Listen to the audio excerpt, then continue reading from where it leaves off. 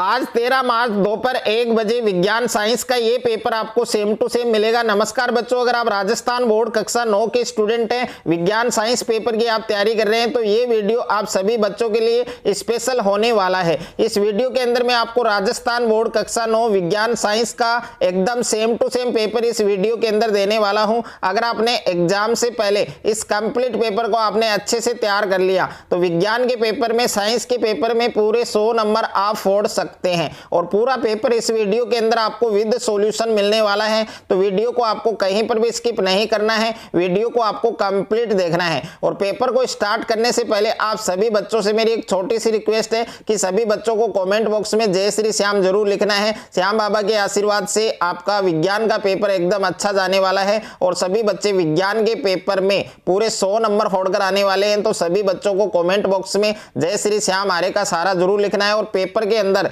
सबसे पहले यहां पर अपना जो रोल नंबर है यहां पर अंकों में लिखना है और यहां पर अपना रोल नंबर आपको शब्दों में लिखना है। और पेपर में कुल 45 क्वेश्चन आपको दिए गए हैं। जो समय है, टाइम है, वो आपको 3 घंटे 15 मिनट मिलेंगे। 3 घंटे 15 मिनट में विज्ञान का ये पूरा पेपर आपको करना है। और विज्ञान का पेपर 100 नंबर का आने वाला है। अगर आप भी आज विज्ञान के पेपर में पूरे 100 नंबर अगर आपको लाने हैं, पूरे 100 नंबर अगर आपको फोड़ने हैं, तो ये पूरा पेपर आपको अच्छे से याद करना है। कक्षा 9वीं वार्षिक परीक्षा एनुअल एग्जामिनेशन 2025-26 का ये पेपर है। आपके विज्ञान का पेपर है, साइंस का पेपर है। पेपर का कोड आप देख सकते हैं 905, ये आपके साइंस पेपर का कोड है। और यहाँ पर पेपर का QR कोड दे रखा है और सीरियल नंबर और पेपर का कोड आप देख सकते हैं। सामान्य अनुदेश आपको दिए गए हैं कि परीक्षार्थी प्रश्न पत्र के पहले पृष्ठ पर अपना अनुक्रमांक है, रोल नंबर है, वो अवश्य लिखें और प्रत्येक प्रश्न के सामने उसका अंक बार अंकित है। तो यहाँ पर आपको निर्देश दे रखा है कि प्रश्न 1 से 28 एक एक नंबर का है और 29 से 34 तक प्रत्येक प्रश्न एक सही 1/2 अंक का है। और 35 से 40 तक जो क्वेश्चंस हैं आपके, वो आपके 2-2 नंबर के हैं। और 41 से 43 तक के जो प्रश्न है वो आपके 3-3 नंबर के हैं। और 44, 45 और 46 ये आपके 6-6 नंबर के हैं। तो पूरा पेपर आपको इस वीडियो के अंदर विद सॉल्यूशन मिलने वाला है। वीडियो को आपको कहीं पर भी स्किप नहीं करना है, वीडियो को आपको कंप्लीट देखना है।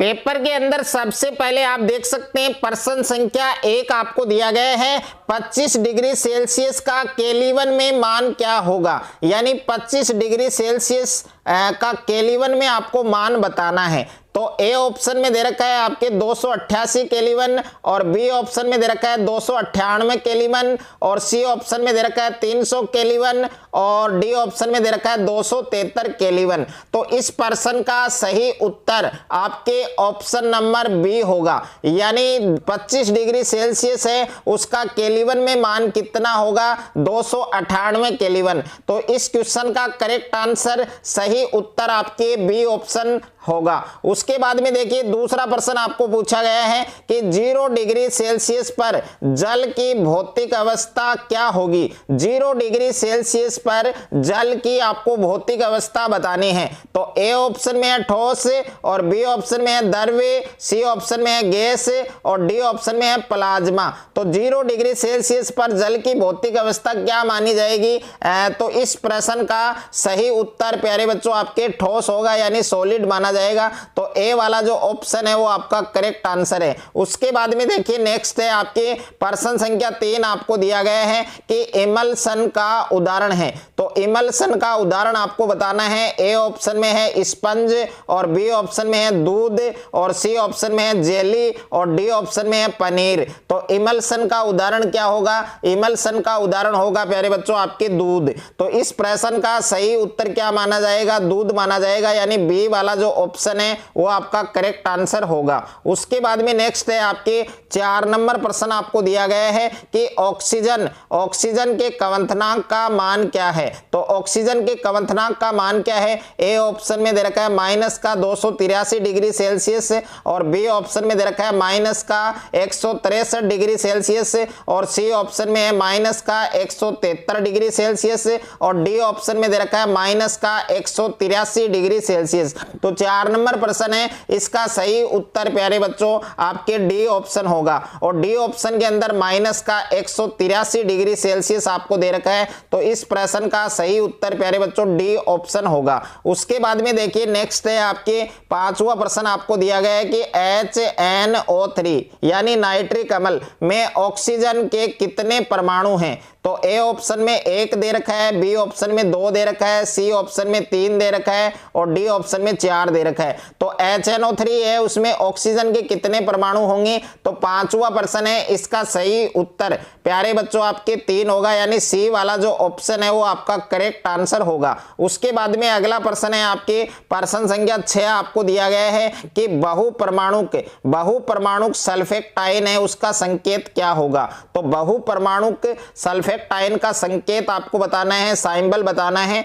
तो ए ऑप्शन के अंदर दे रखा है S की पावर -2 और बी ऑप्शन में है SO3 इसकी पावर -2 और सी ऑप्शन में है SO4 -2 और डी ऑप्शन में है SO3 और इसकी पावर -3। तो 6 नंबर प्रश्न है, इसका सही उत्तर प्यारे बच्चों आपके सी वाला ऑप्शन सही होगा, SO4 और इसकी पावर दे रखी है -2। उसके बाद में नेक्स्ट है आपके 7वां प्रश्न आपको दे रखा है कि सोडियम का सही इलेक्ट्रॉनिक विन्यास है वो कौन सा है। तो सोडियम का सही इलेक्ट्रॉनिक विन्यास है वो कौन सा होगा। तो ए ऑप्शन में है 1 2 8 और बी ऑप्शन में है 2 8 1, सी ऑप्शन में है 8 2 1 और डी ऑप्शन में है 2 8 2। तो देखिए 7वां जो प्रश्न है इसका सही उत्तर आपके बी ऑप्शन होगा 2 8 1, यानी इलेक्ट्रॉन जो आपके सोडियम है इसका सही इलेक्ट्रॉनिक विन्यास है वो 2 8 1 होगा, यानी बी वाला जो ऑप्शन है वो आपका करेक्ट आंसर होगा। उसके बाद में देखिए 8वां प्रश्न है आपके कि कैल्शियम का परमाणु क्रमांक क्या है। तो कैल्शियम है जिसका प्रतीक Ca होता है, उसका परमाणु क्रमांक कितना होता है। तो ए ऑप्शन में है 21 और बी ऑप्शन में है 18, सी ऑप्शन में है 40 और डी ऑप्शन में है आपके 20। तो कैल्शियम का परमाणु क्रमांक वो कितना होता है, 20 होता है। तो इस प्रश्न का सही उत्तर प्यारे बच्चों आपके डी ऑप्शन होगा। उसके बाद में देखिए नेक्स्ट है आपके अगला प्रश्न दे रखा है आपके प्रश्न संख्या 9 है कि कोशिका का बिजली घर किसे कहते हैं। तो कोशिका का जो बिजली घर है, जो पावर हाउस है, वो किसको कहा जाता है।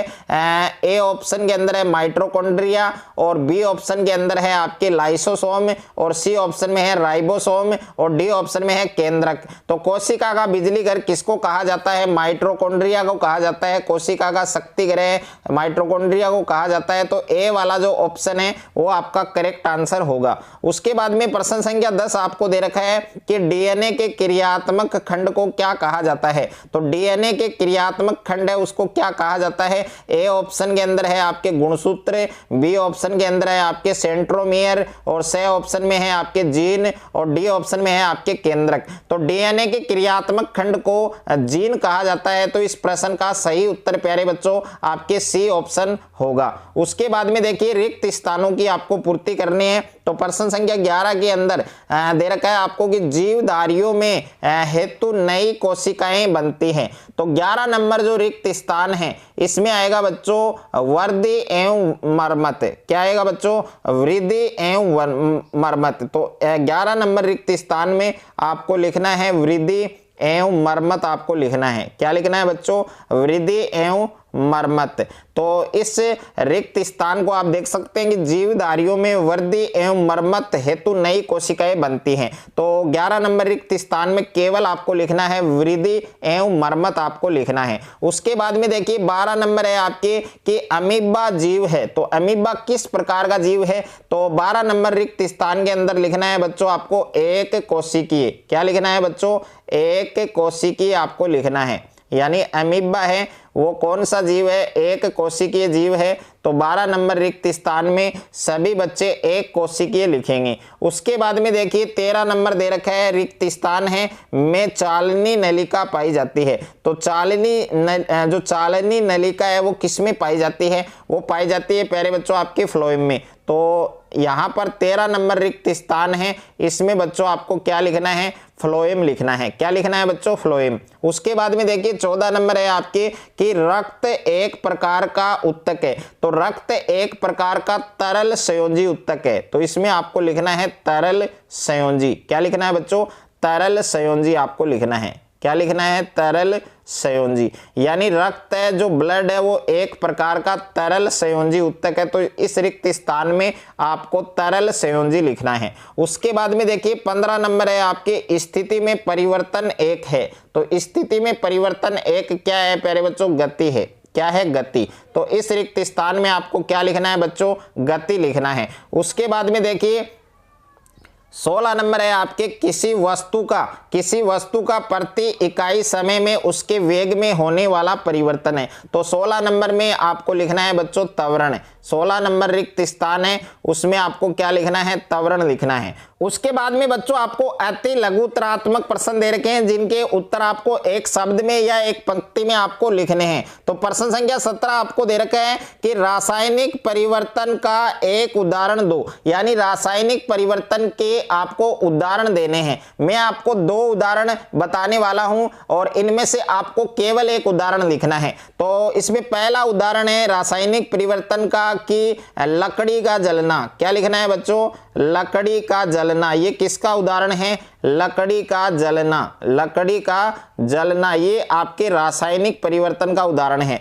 तो 1 नंबर उदाहरण आपको ये याद रखना है। और दूसरा अगर आप लकड़ी का जलना ये लिखना चाहते हैं तो ये लिख सकते हैं। और दूसरा है लोहे पर जंग लगना। दूसरा क्या है? लोहे पर जंग लगना। लोहे पर जंग लगना। ये दोनों उदाहरण किसके हैं? रासायनिक परिवर्तन के हैं। उसके बाद में देखिए 18 नंबर है यौगिक किसे कहते हैं। तो यौगिक की परिभाषा मैं आपको बता रहा हूं, साथ साथ में आप लिख लेना कि 2 या 2 से अधिक तत्वों के निश्चित अनुपात में रासायनिक संयोग से बने पदार्थ को क्या कहते हैं? यौगिक कहते हैं। यानी 2 या 2 से अधिक तत्वों के निश्चित अनुपात में रासायनिक संयोग से बने पदार्थ को यौगिक कहा जाता है। और 19 नंबर प्रश्न है शुष्क बर्फ किसे कहते हैं। तो शुष्क बर्फ किसे कहते हैं? ठोस कार्बन डाइऑक्साइड को। किसको कहा जाता है? ठोस कार्बन डाइऑक्साइड को। ठोस CO2 को। ठोस CO2 को या ठोस कार्बन डाइऑक्साइड को क्या कहा जाता है? शुष्क बर्फ कहा जाता है। उसके बाद में है बच्चों नेक्स्ट है आपके प्रश्न संख्या 20 आपको दिया गया है। प्रश्न संख्या 20 आप देख सकते हैं कि लोहे की अलमारी कमरे के ताप पर ठोस है, इसका कारण आपको बताना है। और प्रश्न संख्या 21 है आपके संयोजकता इलेक्ट्रॉन किसे कहते हैं। संयोजकता इलेक्ट्रॉन किसे कहते हैं। और उसके बाद में प्रश्न संख्या 22 है कि समप्रासरी विलयन किसे कहते हैं। तो समप्रासरी विलयन है उसकी परिभाषा आपको लिखनी है। और प्रश्न संख्या 23 है आपके कि वेग किसे कहते हैं। यानी वेग की परिभाषा आपको बतानी है। और प्रश्न संख्या 24 है कि गुरुत्वीय त्वरण का मान लिखो। तो गुरुत्वीय त्वरण का मान है वो कितना होता है बच्चों?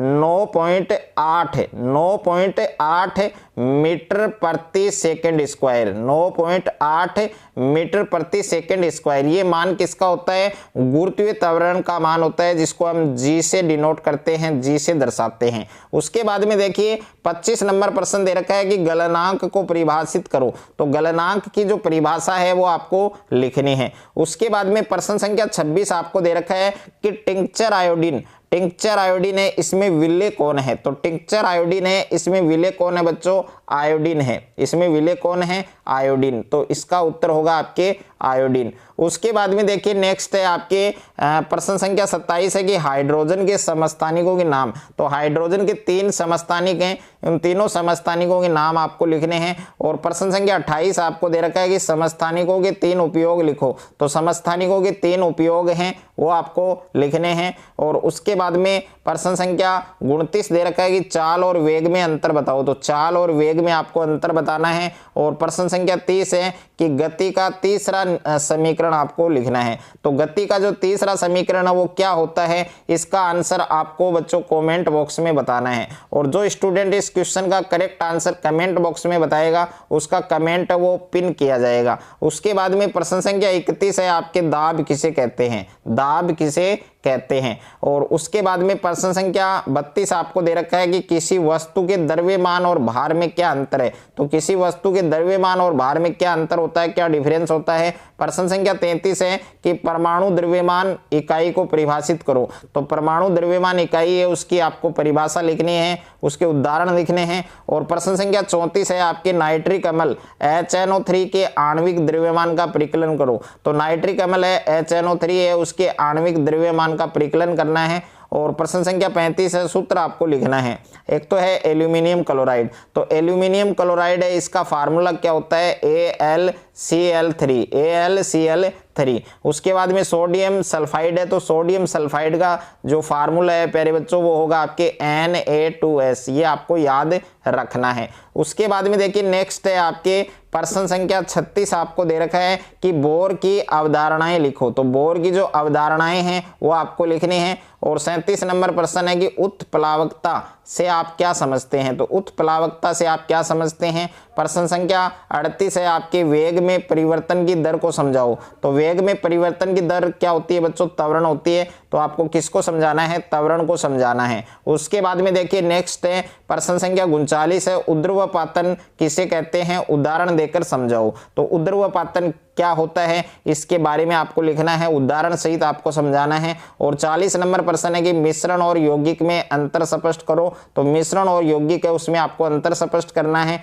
और 41 नंबर प्रश्न है पादप कोशिका का नामांकित चित्र बनाओ। तो पादप कोशिका है उसका नामांकित चित्र बनाना है। और प्रश्न संख्या 42 है न्यूरॉन का नामांकित चित्र बनाओ। तो न्यूरॉन का एक नामांकित चित्र है वो आपको बनाना है। और प्रश्न संख्या 43 है कोलाइड के गुण धर्म लिखो। तो कोलाइड के गुण धर्म है वो आपको लिखने हैं। उसके बाद में प्रश्न संख्या 44 दे रखा है आपको कि जटिल स्थायी उत्तक की विस्तार से व्याख्या करो। और आवश्यकता जो आवश्यक चित्र है वो भी आपको बनाना है। तो जटिल स्थायी उत्तक है उसकी विस्तार से व्याख्या करनी है। और आवश्यक डायग्राम है, चित्र है वो आपको बनाना है। और इसके अथवा में प्रश्न दे रखा है बच्चों कि चित्रों की सहायता से संयोजी उत्तक है उसकी विस्तार से व्याख्या आपको करनी है। उसके बाद में बच्चों प्रश्न संख्या 45 दे रखा है आपको कि संवेग संरक्षण का नियम लिखो। तो संवेग संरक्षण का नियम लिखना है। और दूसरा प्रश्न दे रखा है कि 2 किलोग्राम के पिस्टल से 20 ग्राम द्रव्यमान की एक गोली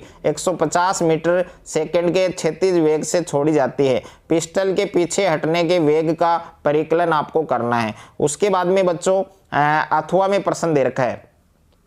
अथवा में प्रश्न दे रखा है, 2 प्रश्न दे रखे हैं। पहला है कि संतुलित और असंतुलित बल को विस्तार से समझाइए। दूसरा है हम एक लकड़ी के बक्से को 200 न्यूटन बल लगाकर उसे नियत वेग से फर्श पर धकेलते हैं, बक्से पर लगने वाला जो घर्षण बल है वो क्या होगा। तो प्यारे बच्चों साइंस विज्ञान का ये पूरा पेपर आपको अच्छे से तैयार करना है। अगर आपने पूरा पेपर अच्छे से याद कर लिया, अच्छे से आपने तैयार कर लिया, तो विज्ञान के पेपर में पूरे 100 नंबर लाने से आपको कोई भी नहीं रोक सकता है। अगर आपको ये वीडियो अच्छा लगे तो वीडियो को ज़्यादा से ज़्यादा शेयर करें, ज़्यादा से ज़्यादा वीडियो को लाइक करें। और चैनल पर आप नए हैं तो चैनल को सब्सक्राइब कर लीजिए और साथ में नोटिफिकेशन बेल को प्रेस कर लीजिए ताकि इस प्रकार की कोई भी वीडियो आपसे मिस ना हो।